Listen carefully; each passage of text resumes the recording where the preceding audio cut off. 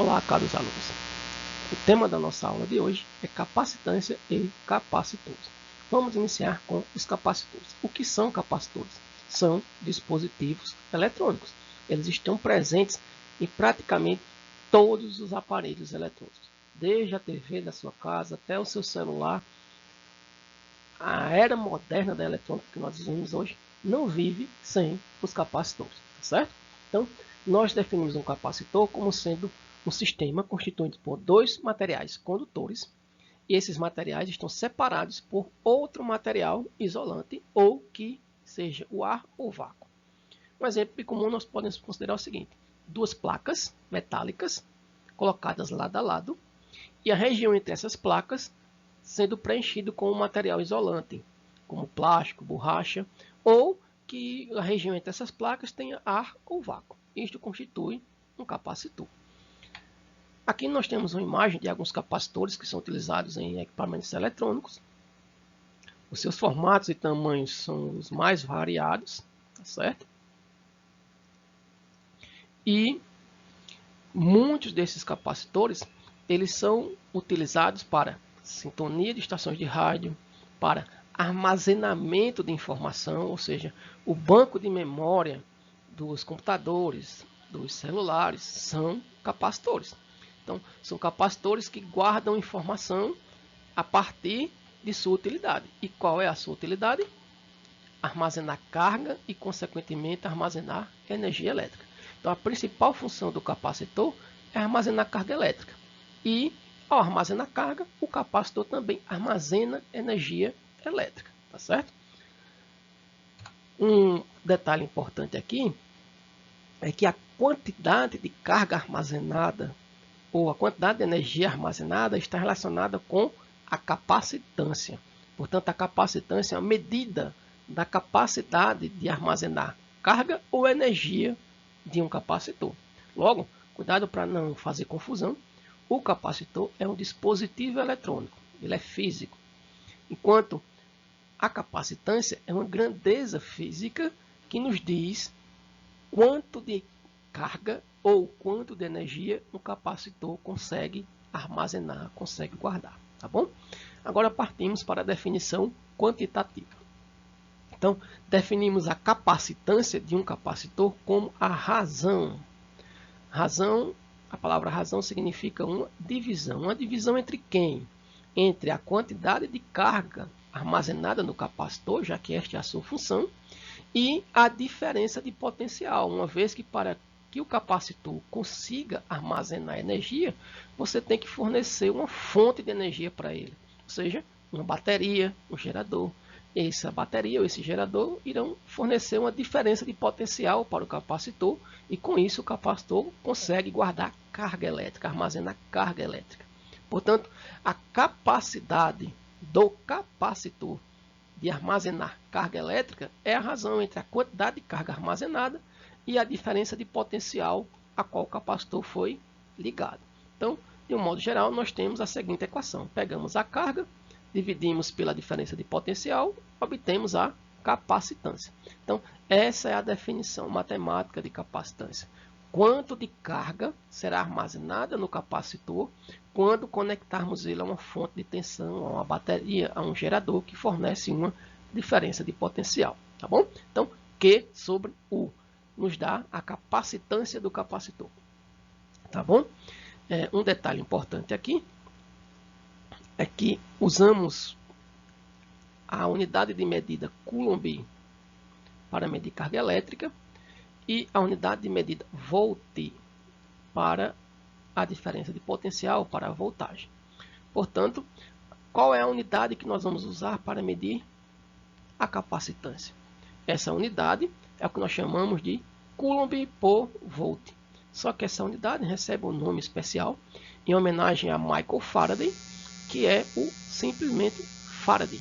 Então, medimos a capacitância em Faraday, tá certo? É a unidade de medida usada para a capacitância, o Faraday, ok? Agora, vamos analisar o capacitor de placas paralelas, que é o capacitor mais simples de todos. Então, o capacitor de placas paralelas ele é constituído por duas placas colocadas lado a lado, ou como está representado aqui na figura, uma abaixo da outra, tá bom? Uma das placas contém carga positiva e a outra contém carga negativa. Óbvio que esse capacitor previamente foi ligado a uma bateria e, portanto, ele está carregado. Então, cada placa tem uma geometria. Nesse caso aqui, a geometria é um quadrado, mas poderia ser um retângulo, um círculo, tá certo? Então, se a placa tem uma geometria, ela tem uma área. Essa área eu vou chamar de A, a área de cada uma das placas, certo? Então, a placa A tem uma área A e a placa B também tem uma área A. São as placas com a mesma área. Além disso, tem que existir uma distância entre essas placas. Elas não podem se tocar de jeito nenhum. Nós podemos colocar entre as placas um material isolante. Essas placas podem estar o mais próximas possível, mas elas não podem se tocar. Portanto, sempre existirá uma distância entre essas placas, que nós vamos utilizar a letra D para representar essa distância. E a capacitância deste capacitor depende da sua geometria, ou seja, depende da área de cada placa, depende da distância entre as placas e também dependerá do material colocado entre as placas. Logo, de um modo geral, nós temos o seguinte: a capacitância ela é diretamente proporcional à área de cada placa. O que é que isso significa? Diretamente proporcional nos diz se aumentarmos a área, aumentamos a capacitância. Ou seja, quanto maior a área, maior a capacitância. Ou quanto menor a área, menor a capacitância. Lembre-se que a capacitância nos diz quanto de carga o capacitor consegue armazenar. É uma medida da capacidade do capacitor em armazenar carga. Portanto, uma área grande corresponde a mais cargas do que uma área pequena. Portanto, quanto maior a área, maior a capacitância. Além disso, a capacitância depende da distância e ela é inversamente proporcional à distância entre as placas. O que é que isso significa? Inversamente significa que se eu aumento a distância entre as placas, se nós afastarmos as placas, aumentando a distância, a capacitância tem que diminuir. Assim como se nós diminuirmos a distância, se aproximarmos mais as placas, a capacitância tem que aumentar. Ou seja, aumenta a distância, a capacitância diminui. É o inverso, tá bom?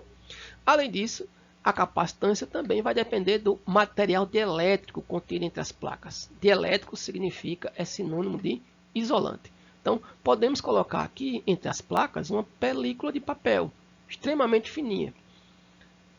Essa película de papel vai influenciar na capacitância. Poderíamos trocar a película de papel, colocarmos uma de plástico, uma de cerâmica, uma de vidro, etc. Podemos colocar qualquer material isolante, material dielétrico entre as placas, ou simplesmente vácuo, certo? Mas não podemos tocar as placas uma na outra. Então, podemos resumir essas três informações aqui numa pequena equação. Uma equação. Então, a equação que define o capacitor de placas paralelas está aqui. Sua capacitância C depende do epsilon, é uma letra grega chamada de epsilon, que nos diz qual é o material entre as placas. O zerinho aqui está relacionado com o vácuo. Então, se um capacitor entre as placas dele tem vácuo ou tem ar, usamos o epsilon zero. Daqui a pouco eu mostro a vocês o valor. Além disso, a capacitância depende da área. Quanto maior a área, maior a capacitância, diretamente proporcional. E é inversamente proporcional à distância. Se eu aumento a distância, a capacitância tem que diminuir, tá bom? No caso do vácuo, o epsilon ele recebe o nome de permissividade do vácuo, cujo valor para o vácuo é esse que aqui está. 8,9 vezes 10 elevado a menos 12 farad por metro. Lembre-se que a unidade da capacitância é o farad. Então, este é o valor do epsilon para o vácuo. Mas, se nós colocarmos papel, nós temos um epsilon para o papel. Se colocarmos plástico, teremos um epsilon para o plástico. Então, para cada material, nós temos um epsilon diferente. O detalhe importante é o seguinte: o menor valor para o epsilon é o vácuo. Todos os outros materiais possuem um epsilon maior do que este, tá certo? Isso significa que a capacitância de um capacitor com qualquer material entre as placas sempre será maior do que o capacitor com vácuo entre as placas, tá certo? Então, de um modo geral, olha só, um capacitor com material dielétrico entre as placas terá uma capacitância maior que um capacitor com vácuo ou com ar entre as placas, tá bom? Então, se nós queremos aumentar a capacitância, o que é que nós podemos fazer? Inserimos um material dielétrico. E quanto maior o epsilon para esse material, maior se tornará a capacitância desse material, tá ok? Vamos entender o carregamento de um capacitor. Então, temos aqui nosso capacitor de placas paralelas, tá certo? Como ele não está conectado a nenhuma fonte de tensão, a nenhuma bateria, a diferença de potencial, que eu vou chamar U de C, entre as placas é nula. Isso significa que não tem carga em nenhuma das placas, ou seja, as placas estão neutras. Logo, a diferença de potencial aqui entre as placas do capacitor é zero, nula. Temos uma fonte de tensão, ou seja, uma bateria. A bateria nos fornece uma voltagem. Como a bateria está carregada, ela tem uma diferença de potencial que não é zero. Então, fazemos as conexões entre o polo positivo da bateria e a placa superior e o polo negativo da bateria e a placa inferior. Ao fazermos essa conexão, o que vai acontecer é que as cargas começam a se mover. O polo positivo da bateria irá atrair cargas negativas que estavam presentes na placa. Lembre-se que um corpo neutro tem carga positiva e tem carga negativa, porém só quem pode se mover são as cargas negativas, ok? Então, cargas negativas que estão na placa serão atraídas pelo polo positivo da bateria e direcionadas à placa inferior.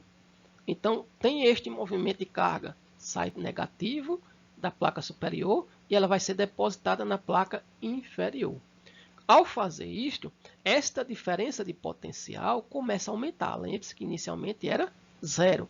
Ao ligarmos a tensão, a fonte de tensão, que é a nossa bateria, essa diferença de potencial aqui começa a aumentar. Então, era 0, 1 volt, 2 volts e vai aumentando.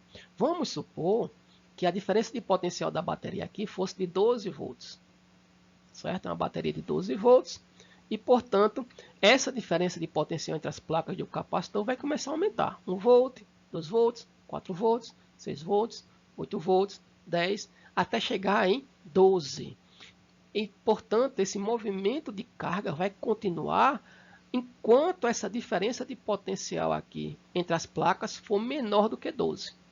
A partir do momento que essa diferença de potencial se torna igual a 12, ou seja, a diferença de potencial entre as placas do capacitor é a mesma diferença de potencial dos polos da bateria, esse movimento de carga cessa. E, portanto, nós temos o nosso capacitor completamente carregado, tá bom?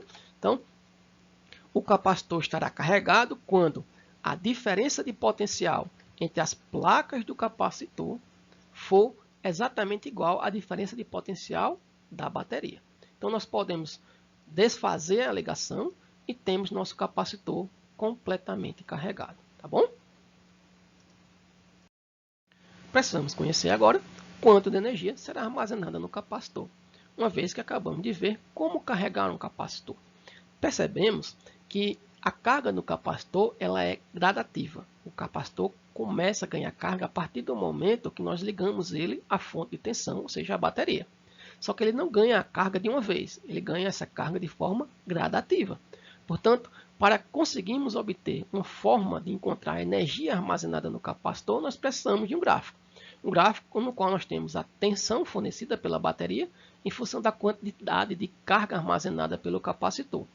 Ao ligarmos o capacitor à fonte de tensão, ele começa a ganhar carga, essa carga começa a aumentar e, portanto, nós temos uma quantidade de carga armazenada no capacitor e ele estará completamente carregado, como nós vimos anteriormente, quando a diferença de potencial entre suas placas é exatamente igual à diferença de potencial da bateria.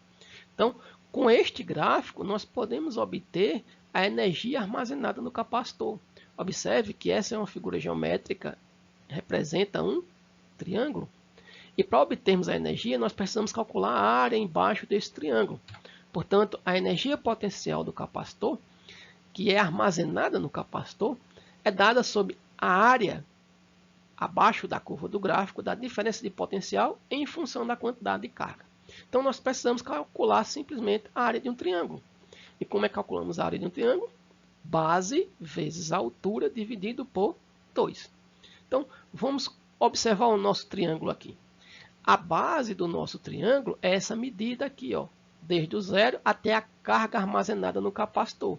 Portanto, a base do triângulo é justamente a carga armazenada no capacitor.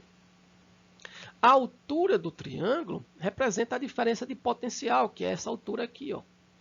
É a diferença de potencial a qual o capacitor está submetido. Portanto, a altura do triângulo é a diferença de potencial entre as placas do capacitor. Juntando tudo isto, nós chegamos à seguinte equação. Está aqui ela. Para obtermos a quantidade de carga armazenada no capacitor, pegamos a carga armazenada, multiplicamos pela diferença de potencial e dividimos por 2. Com isso, obtemos a quantidade de energia armazenada pelo capacitor, tá certo? Então, com esta equação, nós obtemos quanto de energia estará armazenada no capacitor. Um parênteses aqui. O capacitor ganha carga de forma gradativa. E uma das aplicações é o desfibrilador médico, aquele aparelho que os médicos usam para dar um choque no paciente quando ele está em parada cardíaca. Então, o coração precisa receber uma tensão elétrica, uma quantidade de carga elétrica, uma corrente elétrica, e essa corrente elétrica é fornecida a partir de um carregamento de um capacitor. Tá certo? Só que neste caso, o capacitor não pode perder toda a sua energia de uma vez. Isso aí é regulado na máquina, porque pode ser que se você armazenar carga em excesso, ao invés de salvar a vida do paciente, você acabe de matá-lo. Então, o desfibrilador médico, lá está presente um capacitor que é carregado e parte da energia contida nesse capacitor é descarregado no peito do paciente para produzir uma corrente elétrica que fará com que o coração volte a bater novamente. Um detalhe importante aqui é que se você sabe quanto de carga tem no capacitor, qual é a diferença de potencial da bateria, nós podemos usar essa equação para obtermos a energia potencial armazenada no capacitor. Mas nós temos outras duas equações. Esta equação, como você pode ver, dará o mesmo resultado que esta primeira. São idênticas, tá bom? Porém, esta aqui está relacionada com a capacitância do capacitor. Portanto, se você sabe a capacitância e sabe a diferença de potencial, você pode usar esta equação para encontrar a energia armazenada no capacitor.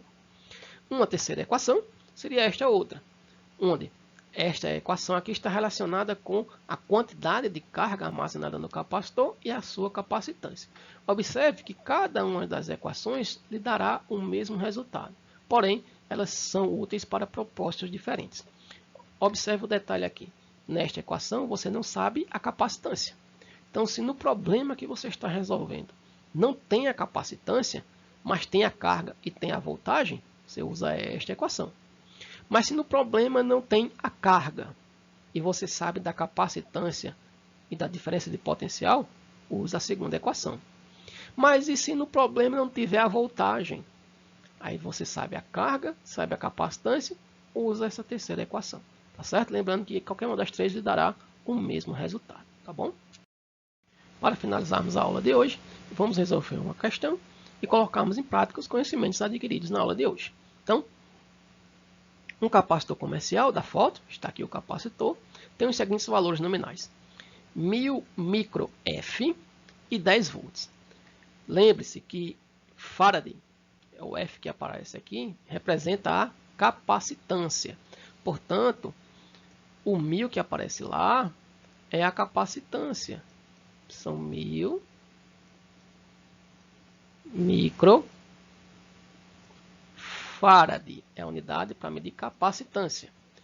E a tensão elétrica, a voltagem que o capacitor está submetido, U, é de 10 volts.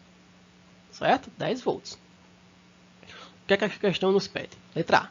Determine a quantidade máxima de carga armazenada por esse capacitor. Ou seja, quando conectarmos este capacitor a uma fonte de tensão que fornece 10 volts, ele será carregado em sua capacidade máxima. Você pode perguntar, eu posso ligar o capacitor a menos de 10? Pode, não tem problema. Porém, ele não irá armazenar a sua quantidade de carga máxima. Eu posso ligar o capacitor a mais de 10? Aí não. Se você ligar mais de 10 volts, o capacitor será danificado, tá certo? Significa dizer que ele só suporta no máximo 10 volts, tá bom? Com 10 volts, ele armazena o máximo de carga. Então, com estas informações, nós podemos responder a letra A. Qual é a quantidade de carga que o capacitor vai conseguir armazenar sob essas condições, ligado a 10 volts e com a capacitância de 1000 microfarad. Então, basta que nós usemos a definição de capacitância. A capacitância é o que? A quantidade de carga dividido pela tensão aplicada no capacitor. Então, a quantidade de carga é o que nós queremos, a capacitância nós temos aqui. Então, no lugar de C, colocamos o valor, que é 1000 microfarad. Então, vamos colocar aqui 1000. Lembrando que micro é equivalente a uma potência de 10, devem lembrar disto, de aulas anteriores. E essa potência é 10 elevado a menos 6. Opa. Certo? 10 elevado a menos 6. Igual a carga que nós queremos. Então, vamos repetir o Q. Dividido por a voltagem. A voltagem é 10 volts. Aqui é só seguir regrinha matemática. Quem está dividindo, para o outro lado vai multiplicar. E daí nós multiplicamos 1000 por 10. Tá certo?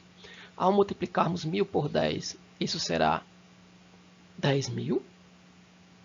Portanto, nós podemos escrever que a quantidade de carga será igual a 10.000 vezes 10 elevado a menos 6. Aqui nós podemos fazer uma simplificação. No 10.000 nós temos 4 zeros. Então, nós podemos eliminar esses 4 zeros e reduzirmos 4 da potência. Se de 6 nós tiramos 4, então nós vamos ficar com que a carga é igual a 1 vezes 10 menos 2. Tiramos 6 da potência, certo? E a unidade usada para medir carga, o coulomb. Então, 1 vezes 10 a menos 2 coulomb de carga elétrica. Tá ok?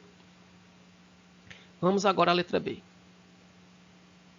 Na letra B, nós queremos a energia potencial elétrica armazenada pelo capacitor. O máximo de energia que o capacitor consegue armazenar. Então, nós temos 3 equações para essa energia. Nós vimos 3 equações. Qual das 3 podemos usar? Observe que de informação nós temos a capacitância, temos a voltagem e também temos a carga. Portanto, podemos usar qualquer uma daquelas 3 equações que vimos anteriormente. Vamos usar a mais simples.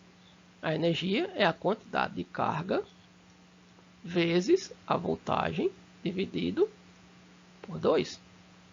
Então, nós podemos dizer que a energia armazenada no capacitor é igual à quantidade de carga que está aqui, 1 vezes 10 a menos 2, vezes a voltagem que o capacitor está ligado, que no nosso caso é 10 volts, dividido por 2. Então, simplesmente resolvemos a equação em cima, né? Então, nós temos aqui, ó, 1 vezes 10 é 10. 10 dividido por 2. O resultado é 5.